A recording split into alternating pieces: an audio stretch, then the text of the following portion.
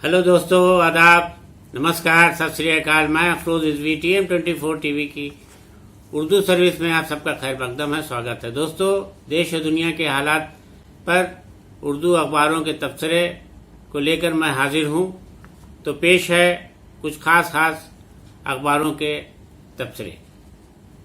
वैसे तो तमाम अखबारों ने देश और दुनिया के हालात पर तबसरा किया है, लेकिन कुछ अखबारों ने मुल्क में तमाम सियासी जमातों की तरफ से अब जात पात के पर सियासत करने को लेकर ज्यादा नुक्ताचीनी की है और उस पर काफी तशवीश जताई है। तो इसमें कहा गया है कि जिस तरीके से जात पात को लेकर के चीफ मिनिस्टर तक तय किए जा रहे हैं, वो मुल्क के बेहतर सियासत के लिए बहुत खतरनाक है, क्योंकि इसमें नातजुर्बेकार लोग सियासत में ज्यादा आ जाएंगे और तजर्बेकार लोग पीछे हो जाएंगे। सिर्फ वोट बैंक की खातिर किसी को उसकी बिरादरी का वोट देख करके चीफ मिनिस्टर बनाया जाना या सूबे की कमान सौंपना जायज नहीं है। अब इसको सियासतदान लोग अपनी मजबूरी समझ करके कर रहे हैं तो ठीक है, लेकिन ये कि उसमें उसके असरात अच्छे नहीं आएंगे सामने। कभी भी बेहतर सरकार ऐसे लोगों से की उम्मीद नहीं की जा सकती, क्योंकि तजुर्बेकारी से वो बेहतर सरकार कभी नहीं दे सकते। इससे आवाम का भी नुकसान होगा और सियासत में अच्छे लोगों की कमी होती चली जाएगी। तो अखबारों ने लिखा है कि इस तरह की जात पात की सियासत को जो बढ़ावा मिल रहा है वो बहुत ही खतरनाक है। तो इसको जो है रोका जाना चाहिए और सियासी जमातों को, तजर्बेकार लोगों को ही आगे लाना चाहिए। इस सिलसिले में यूपी की दारुल सल्तनत लखनऊ और पटना, मुंबई, बेंगलोर, कोलकाता, हैदराबाद समेत कई दीगर जगहों से एक साथ शाया होने वाले यानी छपने वाले रोजनामा राष्ट्रीय सहारा ने इस पर काफी गहराई से तज्जिया किया है, चर्चा की है।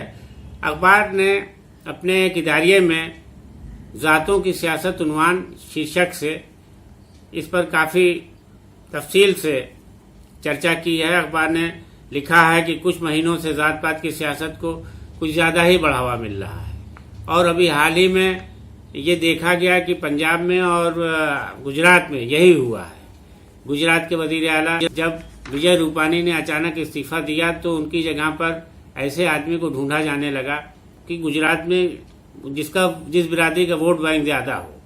तो विजय रूपानी जैन समुदाय के थे जिसका वोट कुल 2% था। तो ये देखा गया कि वहां पर पटेल समुदाय जो है, पटेल बिरादरी जो है, उसका वोट बहुत ज्यादा है। तो पटेल बिरादरी का ही मुख्यमंत्री बना दिया गया, यानी भूपेश पटेल जी को गुजरात की कमान दे दी गई। इसी तरह पंजाब में भी जब अमरिंदर सिंह ने इस्तीफा दिया तो कांग्रेस पार्टी भी इस बात पर लग गई कि किसी ऐसे आदमी को दिया जाए कि आइंदा इलेक्शन में उसके नाम पर यानी उसकी बिरादरी का वोट ज्यादा हासिल करके फिर से हुकूमत बनाई जा सके। तो वहां पर चरणजीत चांदना को मुख्यमंत्री बना दिया गया है, जो अभी बहुत ही नातजर्बेकार और बहुत ही छोटे लीडर बताए जा रहे हैं। उनका कोई बहुत बड़ा तजर्बा नहीं है। तो इसको लेकर तमाम तरह की चर्चाएं हो रही हैं। कहा यह जा रहा है कि अब तो सियासत में इतनी जात पात को लेकर फिक्र की जाने लगी है, यानी गिरावट आ गई है कि वोट देने में, अपना उम्मीदवार बनाने तक में ये तय किया जा रहा है कि जिस हल्के असेंबली से दिया जाए वहां पर किस बिरादरी का वोट ज्यादा है तो उसी बिरादरी के शख्स को इसके लिए चुना जा रहा है, उसे ही दिया जा रहा है। वो सियासत उसको आती है नहीं आती है, उसको कितना तजर्बा है, ये सब अब आंख बंद करके जो है सियासत की जा रही है। उधर लखनऊ, नई दिल्ली, मुंबई और देहरादून से एक साथ शाया होने वाले रोजनामा उर्दू सहाफत ने भी अपने एक इदारिये में पंजाब में कांग्रेस की जीत मुश्किल सुर्खी से रोशनी डाली है। अखबार लिखता है कि 5 दरियाओं का सूबा पंजाब फिलवक्त बेहंगम हालात की गिरफ्त में है और एक ऐसा शख्स वहां वजीर आला बनने के लिए बेधड़क अंदाज में हरकतें कर रहा है जो किसी भी तरह से इस ओहदे का मुस्तहिक नहीं है, यानी इस पद पर बिठाने के काबिल नहीं है। और यही नहीं, किसी भी सियासी पार्टी को इसकी मदद नहीं करनी चाहिए।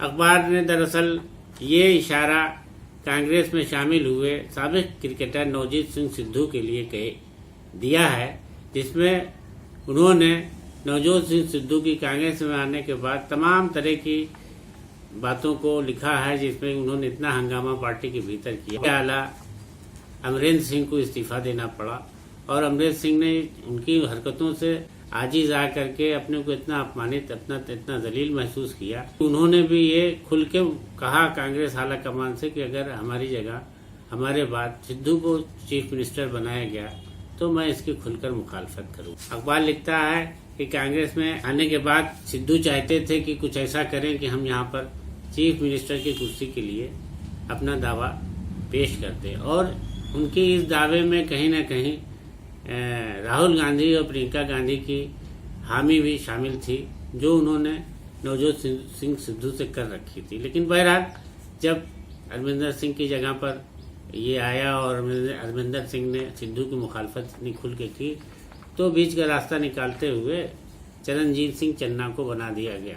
और यहाँ पर ये कहा गया पार्टी की तरफ से कि चूंकि वो दलित हैं और दलित लीडर को ही बनाए जाने में कांग्रेस का भला है, तो इस तरीके से नवजोत सिंह सिद्धू से इस फिलहाल तो पीछा छुड़ा लिया गया है।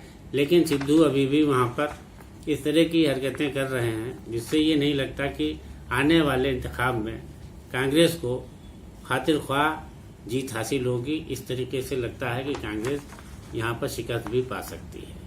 तो कांग्रेस को इन सब कमियों को देखना होगा, उसे दूर करना होगा। और वैसे भी अमरिंदर सिंह चूंकि अब इस्तीफा दे चुके हैं, लेकिन सिद्धू के मुखालिफ हैं और सिद्धू ने उनकी इतनी मुखालफत की थी, तो उन्होंने भी कह रखा है कि मैं इनको यहाँ पर सियासत करने नहीं दूंगा। तो अब हर कदम पर वो सिद्धू की सियासत करेंगे तो इसका कहीं न कहीं नुकसान कांग्रेस को ही उठाना पड़ेगा, तो इससे उसकी शिकस्त भी हो सकती है। और यही अखबार ने लिखा है कि वहाँ पर सियासी हालात को देखते हुए कांग्रेस की जीत मुमकिन नजर नहीं आ रही। और अब कुछ आलमी मंजरनामे पर तबसरा। पाकिस्तान से शाया होने वाले कई रोजनामा ने तालिबान में सरकार बनाने को लेकर वजीर आजम इमरान खान की फिक्र को लेकर तबसरा किया है। इस सिलसिले में पाकिस्तान के रोजनामा जंग ने अपने एक इदारिये में लिखा है कि अफगानिस्तान में हुकूमत की तश्कील यानी गठन को लेकर, सरकार बनाने को लेकर वजीर आजम इमरान खान की बढ़ती दिलचस्पी हैरत में डालने वाली है। अखबार आगे लिखता है कि वजीर आजम के सिलसिले में तालिबान से बातचीत के ऐलान ने सबको चौंका दिया है। जिस जगह ये बातचीत होनी है वहां की भी अहमियत बढ़ा दी गई है। बहरहाल अखबार ने ऐलान को खुशाइन बताते हुए, यानी खुशी की बात, प्रसन्नता वाला बताते हुए कहा है कि इसमें बातचीत तो हो, लेकिन कोई भी ऐसी बात ना हो जो पाकिस्तान के मिजाज के खिलाफ हो, यानी पाकिस्तान के अवाम को नुकसान पहुंचाने वाला हो।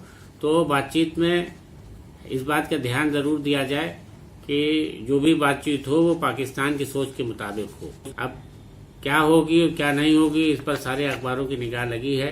बहरहाल पाकिस्तान के कई उर्दू अखबारों ने इस पर अपने अपने अलग अलग नज़रिए पेश किए हैं। इसके अलावा लाहौर से पाकिस्तान के उर्दू रोजनामा दुनिया ने और रोजनामा पाकिस्तान ने भी तालिबान को लेकर के अपने अपने एडिटोरियल में, इदारिये में अपने अपने नज़रियों को पेश किया है। किसी ने इसमें अमेरिका से मामला पर वो किया है और किसी ने तालिबान के सरकार न बनने और बनने पर लेकर के अपने अपने तजिए को पेश किया है। तो बाकी उर्दू अखबारों में रोजनामा आग, जमा दोस्त, एतमाद, मुनसिफ, कौमी खबरें, कश्मीर उज़्मा और द सियासत डेली वगैरह ने भी आज देश दुनिया के हालात पर तमाम अहम खबरों को शाया किया है और उन पर अपने अपने नज़रियों को पेश किया है। सिलसिले को ख़त्म करता हूँ और मुझे दीजिए इजाज़त। कल फिर नए तबसरों के साथ आपसे होंगे रूबरू। आदाब, खुदा हाफिज़।